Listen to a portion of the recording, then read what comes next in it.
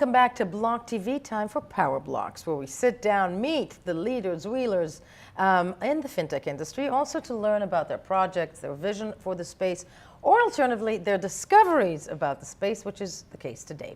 Today, one of the companies whose study has been shaking the sphere, if you may, if not the foundations it has been basing itself on, then at least what we thought it all means, namely, the company The Tie. The Tie is a platform which combines institutional-grade predictive sentiment analytics, fundamental analysis, and market data on cryptocurrencies for retail and professional traders. Now, a new report by The Tie this month has gathered much steam. The report, first and foremost, is a warning that much of the Bitcoin and cryptocurrency trading volume on some of the world's largest exchanges may not be genuine, claiming that almost 90% of it was questionable. Very happy to be joined live from New York by Joshua Frank. He's the co-founder at Tie. Joshua, thank you so much for being with us today. Thanks for having me. Okay, first of all, I just want to tell you that we've been following this story from the moment you guys wrote the report. Needless to say, before the Bitwise ETF submission, which seemed like a dissertation research into the Tie report. But firstly, what precipitated the research? Yeah, so it was really an internal report. So we are working to add cross-exchange trading and smart order routing for our customers. And we were trying to come up with a better way of consolidating prices across exchanges. And we thought that we should reflect our pricing based off of volumes and slippage in the market. Basically, what prices can users actually execute on? Where is their real trading volume within the market? So we kind of did it as an internal report. We were just like, hey, how do we determine what pricing sources to use when computing pricing, when computing market cap and volume? So we made an internal spreadsheet, shared it around. It seemed like a lot of the people we were working with were interested in it and just decided to post it online. Decided to post it online because, I mean, apropos R&D, research and development, the number that was cited in there, almost 90% of cryptocurrency exchanges report trading volumes that may be inaccurate. And that's quite a high number. Did it surprise you? I think the extent to which some exchanges were doing it really surprised us. One of the metrics we looked at was the amount of website viewership that these exchanges had and the volume that was traded. And we basically looked at the average traded volume per website visit. And in some cases, the exchanges were reporting $50 per website visit. But what was really shocking was when some were reporting $400,000. That was just, I mean, it was just mind boggling. It was just like, why isn't this being talked about more? It just doesn't make any sense. So, I mean, I guess the extent to which some exchanges were doing it was a little bit, more than we expected. But the fact that exchanges were wash trading, the fact that they're spoofing in order books, that wasn't really surprising to us. Again, to put it mildly, important to note, and I think everybody watching us knows, wash trading, all that stuff, that's practically illegal in a regulated market. So, I mean, I'm assuming this was expected to some degree, but as you said, not those numbers. Why did you decide to look into this issue to begin with? I know it started as a research inside the company, but why did you decide to start it, and how did you break it down? If you can show us, how it was done within Tie. I'm asking you to share graphs with me to tell us how exactly you guys did that. All right, can you see my screen? Yes, we can.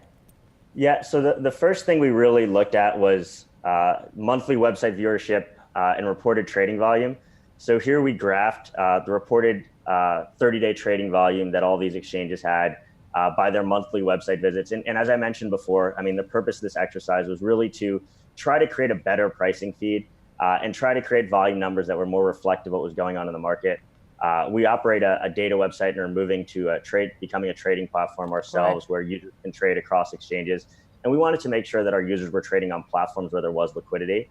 And we were worried that existing websites were referring customers and traffic to exchanges where the majority of orders were faked and where users would get trapped and their trades would slip substantially. Right, if a user places a $10,000 trade on an exchange with wash trading versus a more legitimate exchange, they're going to execute a much worse price at one of those exchanges with wash trading. So we were working on trying to help our users better execute and get a better price when they're trading. So I mean, here this was pretty mind-boggling to us, which was looking at reported volume and monthly website visits. And you can see the blue bars are reported volume, the red bars are monthly website visits, and for some of the larger exchanges, BitMax, not BitMEX, to clarify, Right, BitMax, BitHum, they're all the way on the left. You can see that they're reporting, 20, 30 million, 20, $30 billion in trading volume, and their monthly website viewership pales in comparison to some exchanges which have, much lower reporting, like Bittrex and Yobit. In terms of what they're reporting for trading volume. I mean, their visits were substantially less. Right. And kind of another interesting visualization we had was we looked at, what we determined to be, a set of the more legitimate exchanges, which included Coinbase Pro, Kraken, Gemini, and we basically what we call the prestige, not the prestige, but the the ones that are big enough to, well, the trustworthy one can say. Yes, go ahead.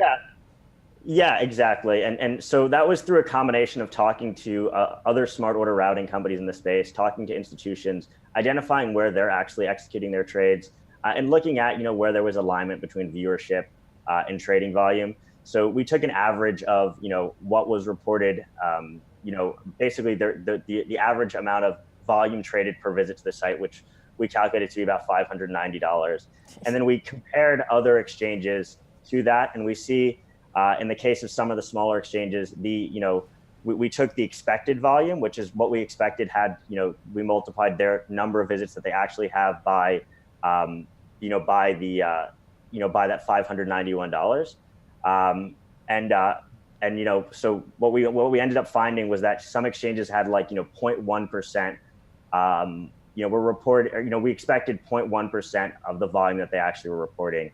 Or 0.2%. So they were overestimating their volume by 5,000%, 500%. I mean, It was just mind-numbing. Beyond. Numbers. Yeah, beyond. Okay. Yeah, go ahead. No, it was just we just looked at it, and there's another visualization here, which was looking at the reported volume by the expected volume. Mm-hmm. And you can just see on the left side here on the top left, those are that's the highest by reporting volume. On the x-axis on the bottom there, on the far left, that's the expected volume. And we see, exchanges like ZBG, BW, FATBTC, OEX that are just reporting insane volumes. And we just don't think that there's any chance that that's real. No, and I'm wondering with you, first of all, fascinating stuff. And clearly, I think one can say there's a bit of a vindication on your part. Because at the beginning, when we started reporting this, jumping off of your research, a lot of people were telling us, no, that's not necessarily true. But clearly then several reports, and picked up by obviously mainstream media such as Forbes, as well as Bloomberg, shows that, be it 90 or some even saying 95%, the recent research published by Bitwise, did it vindicate you in any way? Look, I think what we were really trying to do when we released this was start a conversation. We knew that this was an issue. We were very confident that this was an issue, and I'm happy that a lot of data sites are taking action on it and changing the numbers that they're reporting for volume. I'm happy that it started more of a conversation. So, I think everybody should continue to contribute research here.